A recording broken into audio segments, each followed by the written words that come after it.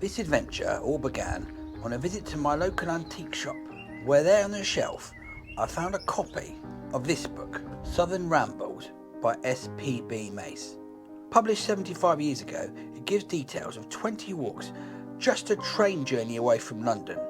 Whilst reading the book, I thought, I can make a video about this for Outdooractive. So I sent the map and the instructions to Outdooractive's very own Russell. Using everything I sent him, Russell went onto the route planner on Outdooractive and created a route. It's pretty easy, you just click on the different points on the route and the path automatically snaps to the road or the public footpath, whatever is there, and you can even adjust this on there. He then clicked through the maps that are available and looked at the topo map, which is the Ordnance Survey one, to check that the route was on the public rights of way. After this, he created the route and shared it with me, and then we were ready to go off on our adventure. The object of this book is quite simple. It is to remind you of a very precious heritage which has been bequeathed to you by countless generations of your ancestors. Vistas of loveliness, quiet footpaths through green meadows, dense forests, sunny gorse commons, hidden streams and unsport tiny hamlets, lying in an amazing profusion, almost on your doorstep. To reach these Elysian fields, you need not wait for your annual holiday. You can find them whenever you have 4 or 5 hours to spare, and they are equally enchanting at all seasons of the year. All you need is a shilling or two in your purse to pay the railway fare, and the hungry heart of the explorer, ever eager to discover what lies just around the corner. Hello, Russell. Look, I've got you a present. What's that? Oh, a key ring. A Russell keyring. Look, I got it. It's almost exactly the same. Where's the hair gone? Oh, I ran out of blonde hair. I'm sure. Here we go on Outdooractive, Farnham to Moor Park, Waverley, Abbey, Putnam and Guildford. Good luck, everyone, especially Us. us, yes. Yeah.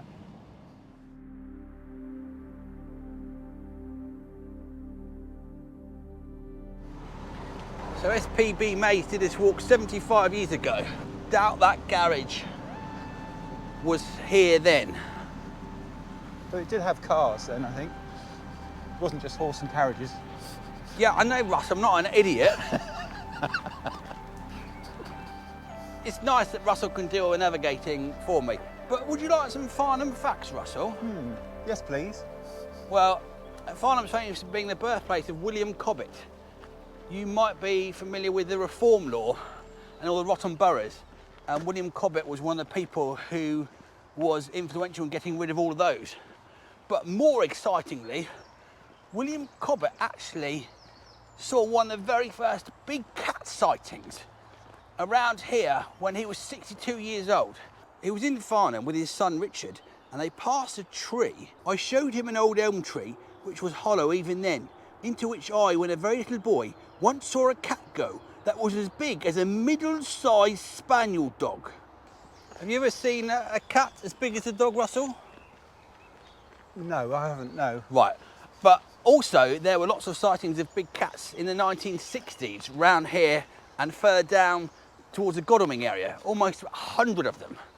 So watch out for any 70-year-old cats, big ones. They should be quite big by now.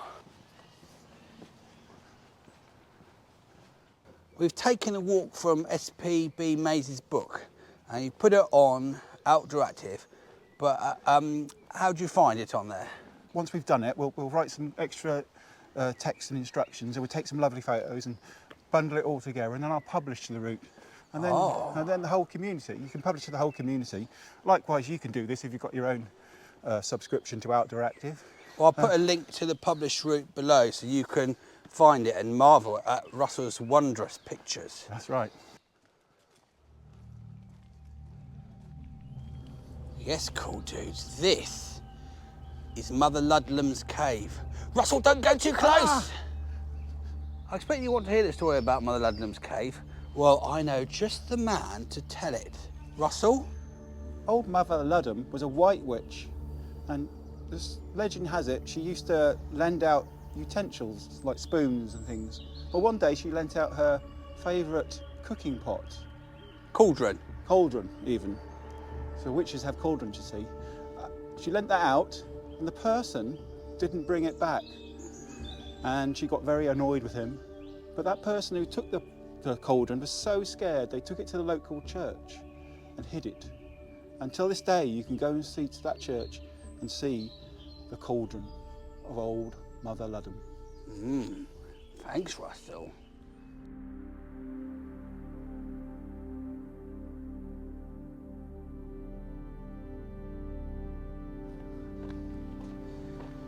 It's beautiful, and the abbey's nice too.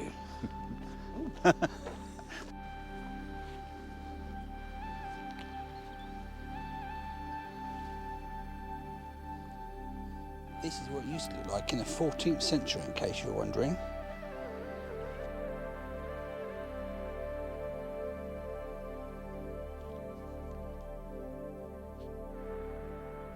This is the sort of place you come to take photos of your indie band when you're a teenager.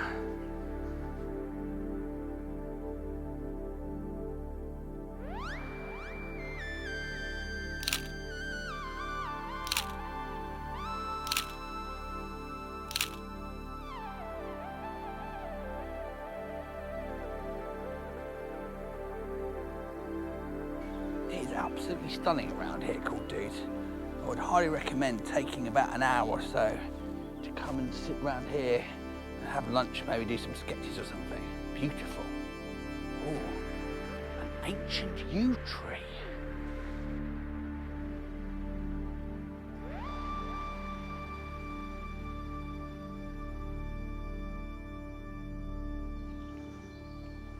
So, Russell, what happens if I'm out in the wilderness like we are and I lose reception? I'm going to get murdered, right? Before you come out, when you're still connected to your Wi-Fi, you need to go into your route and save the map and the navigation instructions for offline use. And then you're happy in the knowledge that wherever you go, you're going to get the voice navigation in the app. You can be able to see the map and zoom in on it, even when you're offline, and get the instructions to safely get you to the end of your route.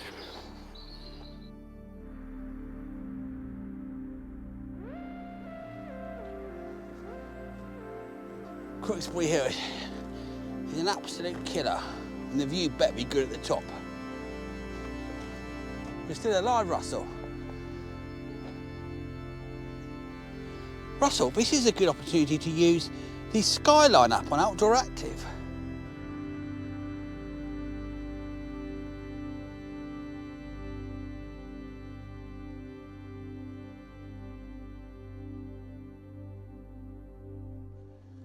Straight downhill again. All that climb for that. Russell's running for lunch, look. Through the pine forest. Russell can smell burgers. It's still 4 miles away there, Russell. Let's find out a bit more about Russell. Hey, Russell. Yeah. What would you do if you weren't working for Outdooractive? Oh, well, I'd like to have my own travel show, I think. Oh, yes. Yeah. To do walks and things, maybe sort of... Like this?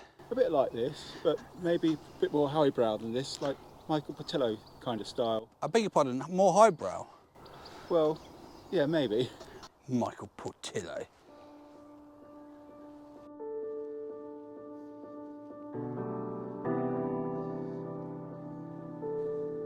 It's all gone a bit quiet as we race towards the pub for lunch. Or maybe it's because of that Michael Portillo nonsense.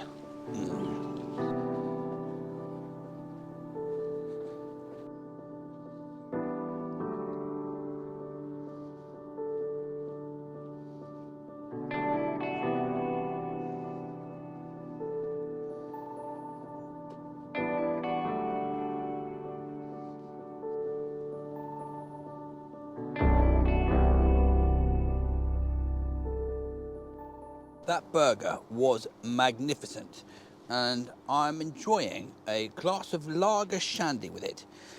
Now, in S.P.B Mais' book, there's useful tips in the back. And under drink, he says, for the midday halt, half a pint of old mingled with a stone ginger beer is the most satisfying drink I know. It is the right length, it quenches the thirst and leaves no languorous after effect.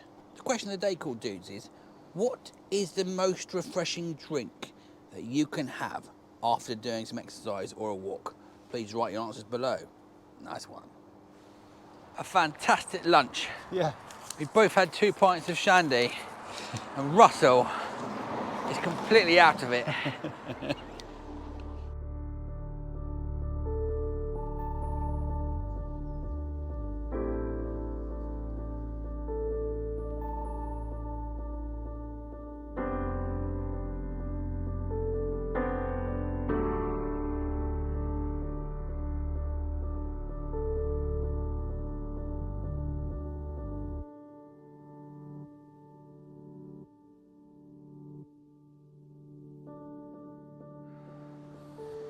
It's about 3 o'clock in the afternoon now.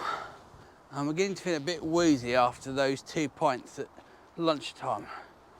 Oh. Where's Russell? Russell? Hello, Cool Dudes. It's Michael Portillo here, and I'm here with my Southern Ramblers for Londoners book, first published in 1948 and by the author S.P.B Mais. He was a well-known author and journalist and travel writer. He was very popular for his humorous style and witty repartee, a bit like me.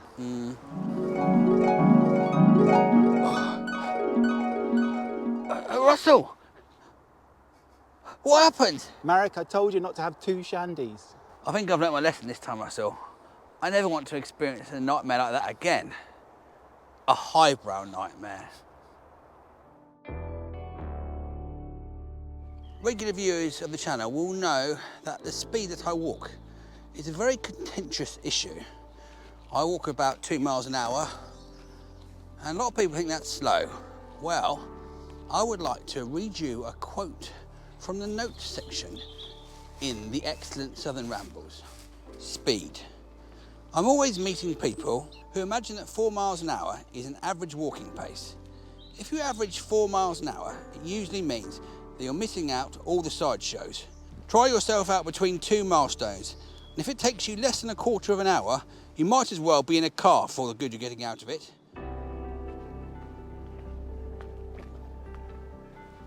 We're now into the last mile of the walk. It's time to ask Russell what you thought of the walk.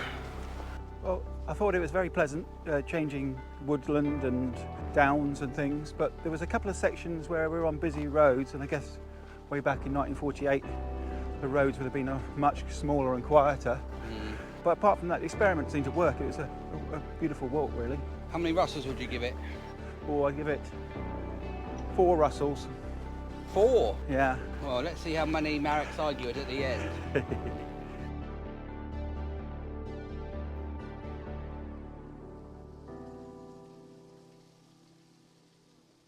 Well, here we are, Cool Dudes, back in Guildford. That walk was about 14.7 miles in the end with our detours and walking around. Took 7 hours, 30 minutes, and you can find that walk on Outdooractive.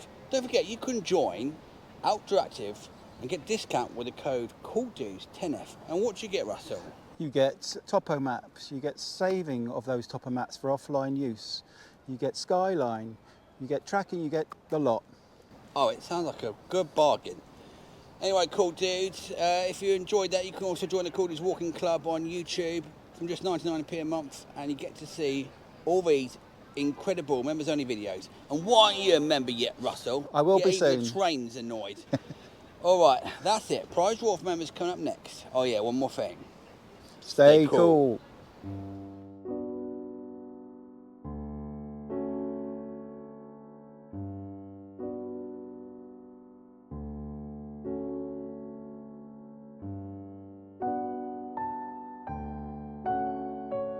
Oh, what a lovely painting. And you can buy this original framed masterpiece on eBay. Listing is down below. Currently, it is on for £14 and 7p starting price.